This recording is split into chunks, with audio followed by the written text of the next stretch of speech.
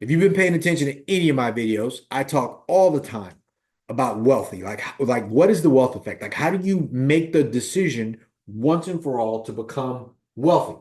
Simple answer to that is you got to invest, but you also got to know where you're at, right? Because if you've been paying attention to anything that I've said, and I'm going to make this really hard. If you were in the middle income, you're middle income, middle class in the United States, you are a slave to the machine, guaranteed. Why? Because you got fed the middle income program. The wealth are running a different program. They're not playing the same game as all of the people like my mom, my dad, you, me. We didn't get that information. It's now starting to be out there. But hell, by the time you get information too late, you're running the wrong program. What's going to happen? You get stopped. So think about that. If you are in this middle, let's say you make 50,000 all the way up to, I think the middle income goes all the way up to somewhere around 200,000. Maybe once you breach 200, $300,000 as a household, you start moving into this upper middle class, which is where people think they're rich, but really that's probably the worst one. That's the middle class or the middle income millionaire, right? You have everything so close you can see the top, but you don't realize, man, there's a peak. There's a haiku stairs in Hawaii. We used to climb it all the time. At some point, you think you're at the top, and then when you finally get past that, there's this whole nother hike that takes another 2 hours. Dude, it sucked. But that's this too.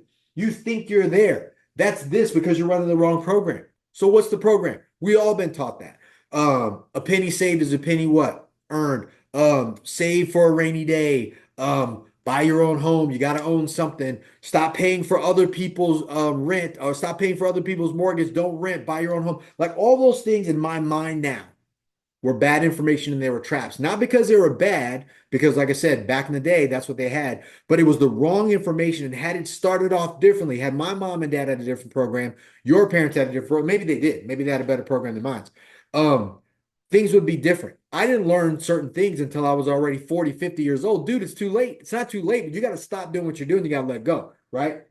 So, what's that program? Run with me. Let me know. Hey, grow, do good, get good grades, right? First thing, go to school, get good grades. First program. When you get out of school, you get good grades, go to college. Boom. You go to college, you get college debt for life, right? I don't care what they say because at some point you're still going to be paying on it. Why? Because then they'll, hey, don't worry about it. You don't have to pay for it right away because the day you graduate 4 years in, that juice starts running. You go get a job. You're already not being able to afford anything. So you might not even buy a house. If you do, because you met a girl in college, probably going to buy a home. Then credit card debt. That's the next thing. That's for life. So college for life. House really is 30 years. That's what the definition, the definition of mortgage itself means death to death. So, which was all started by the banks. So now you got taxes that you got to pay. You pay taxes for life. College debt, probably going to carry on for the majority of your life or the good years at least. Now you have credit card debt. So even if you pay it off, you're going to get more debt because you pay it off to do more, pay it off to do more, and you're sitting in a house that you can't move from, right? If you take a look at what's happening now, people bought houses of 10 years ago cannot sell their house because they're gonna lose money. And if they do, they gotta buy something else. They gotta start that game all over again, which is what? Another 30 years. If you're 40, you buy another house for a 30-year mortgage. By the time you pay that off, you're gonna be 70 years old. And oh, by the way, you got to pay 2% in taxes per year for 30 years. You got to pay your insurance, which goes up, fluctuates, whatever it wants per year. Some people don't even have the right insurance right now. It's hard to get. What else? You got property tax, you got school tax, you got maintenance on that house, you got commissions when you sell, commissions when you buy. Everything goes into that. So it isn't just I bought a house. Um, Save for a rainy day. All of our parents were taught that, right? You get a job. Back in the day, that was a Wall Street and IRS product. Financial people were like, hey, look, how can we get people to put a little bit of money away, have the employees match that, and then we use that money into Wall Street and we constantly cycle that money out. That's how we get fees. We offset their taxes. And then later, if it's still there, because we're feeding mutual funds, which is a new product, if it's still there, we'll say that they can retire. And oh, by the way, they have to take their money out. And as soon as they take it out, they got to get taxed on it, whether they get pre-tax dollars and now they get taxed based on their new income, or it's after-tax dollars, so they get hit there and whatever. So, and then what else will we preach from Wall Street? Diversification. You're too stupid to invest on your own, to double down, to have any education on what you should invest in. So, diversify, let us do it for you, charge fees, and even if you do make money, we're going to take that out because of the fees. Oh, I didn't even get into that. Just your personal shit. Go get an auto loan. Do you know that auto loans weren't really a product? As a matter of fact, I think it was GMAC. They were the first ones. If you go watch the Titans of America, not the second one, where it talks about Ford and it talked about GMAC, the company for GMC and how they started. Uh, I think it was JP Morgan was sitting down with the one from GMC, which is how GMAC started because it was a product. They were like, "Hey, why do you think we do mortgages? Why do you think we do that? Because the money is in the debt." And they started financing cars. That's how GM started beating Ford at that time because they came up with a way to finance the car. That wasn't even done back then. So imagine that is an actual financial product that you were taught to do. Your parents were taught to do it in the 50s and they just kept on doing it. So it made it available. Now, is it bad? No. But what I'm saying is it's a way for you to stay stuck. Take a vacation. You need it. You work your ass off. You need to go on vacation. No, you don't. Most of the time, even myself included, I struggle trying to go on vacation because in my head, I'm like, dude, I should be working, right? And that's true. Wealthy people don't take vacations. When they take vacations, it's a part of their business. It's different. They're not even thinking through that. And naturally, if you do make any money, if you're in this middle class millionaire thing, you're in a country club, you're in some type of event thing that you pay for every month to rub elbows with other people who think they're rich. They're not. Everyone's been sold this product, this program, and they're running this program. It's like me and my sons talk about all the time. If you're on a football team, if you're in a bad football program, you're going to lose. It's not that you're a bad player. It's the program you're running. The program has to change. How do you think athletes that seem to be miraculous leave one school or one team, go someplace else and they bust and they do great? Why? It's the program. It's not the athlete. It's not the player. Same thing. It's nothing wrong with you guys. It's the program that we've all been taught that we constantly run that may not be a winning program. I'm trying to fight this. I really am every day. So, what's the wealthy program? What are they running? What do they teach their kids? Get a business. If you either get a business or start a business or work in a business, an entrepreneurial business where you can work your way up the food chain. All right. That's something that they're taught as kids. And investments. Invest your money. Don't go play penny stocks. Don't do all that. Invest long term. Warren Buffett, long term. Elon Musk, long term. Amazon, Jeff Bezos from Amazon, long term. The top of the food chain does not diversify. They take their money, they put it in investment, and they ride that thing out long term. That is the wealthy game. The diversification, like I said on the other one, is a middle class program that was fed to you by Wall Street to keep you stuck in their program. They're not doing this, right? They're doing this. They're not doing the other thing. They're not diversified. The time you diversify is when you're so wealthy, you have so much spillage of money coming in, you have to diversify.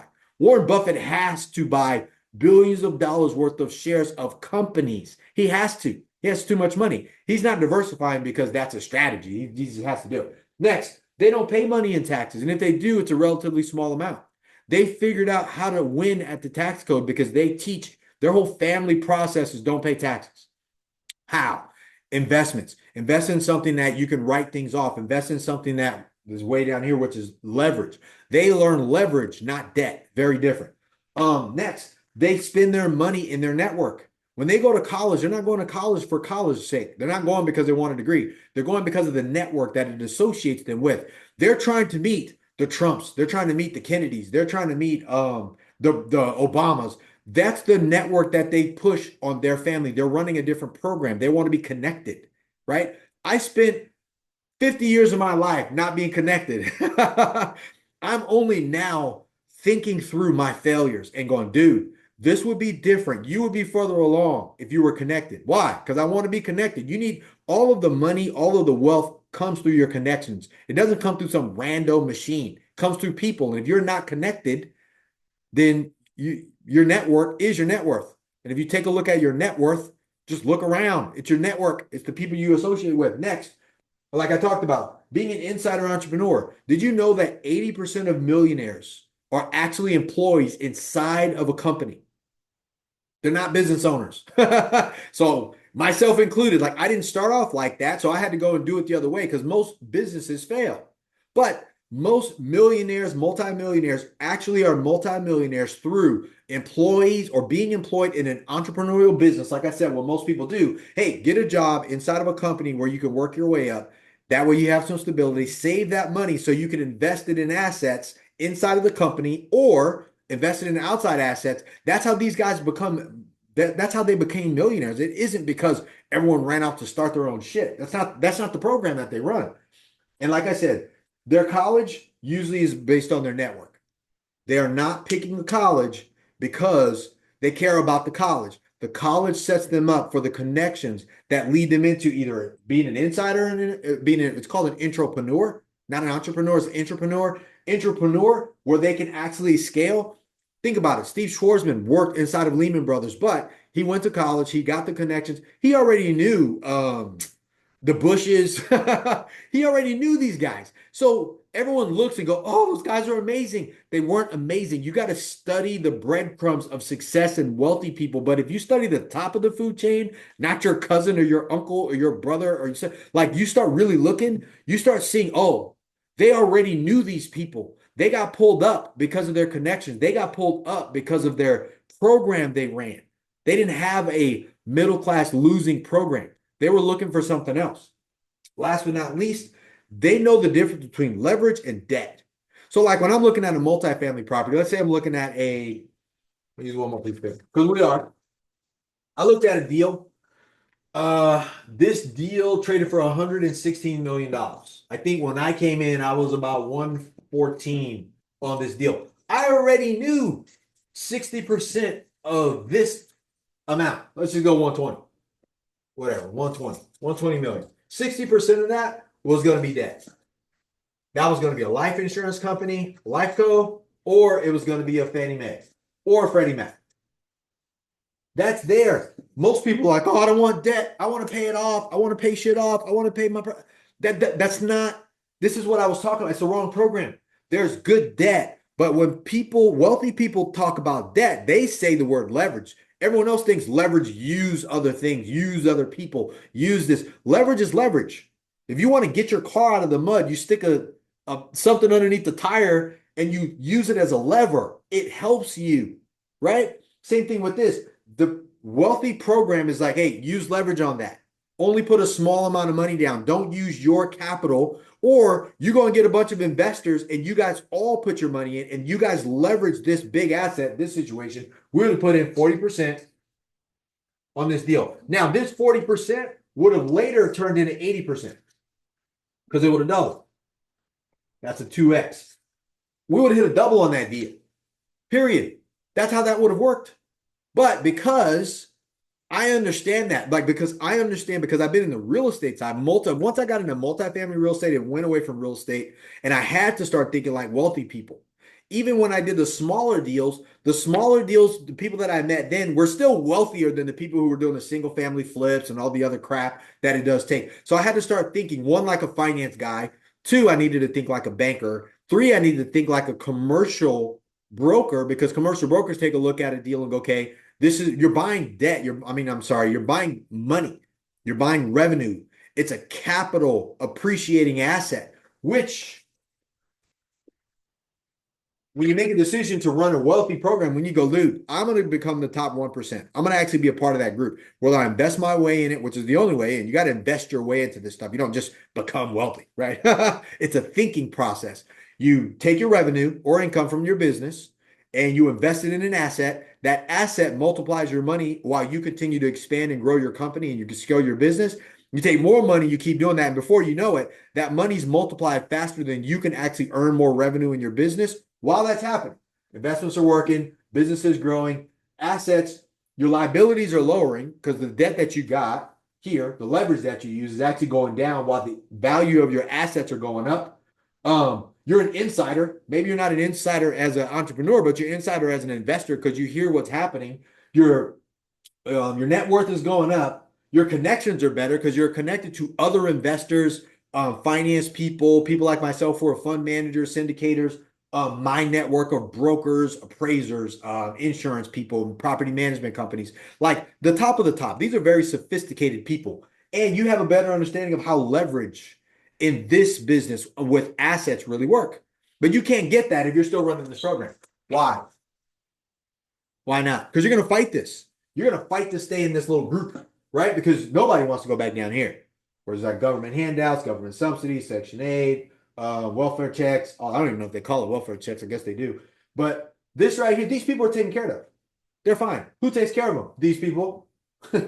Why? Because 40% of your earned income goes to take care of these people. Why? Because this group, the wealthy, they're not bad, right? The government does this. IRS does this. Government does this. The government spending and all the other stuff. Where do you think if the government prints money or gets money or has this big government debt, they're going to tax the people who make money, the working class. Matter of fact, everyone complains these people are taxed less. They're like 19%.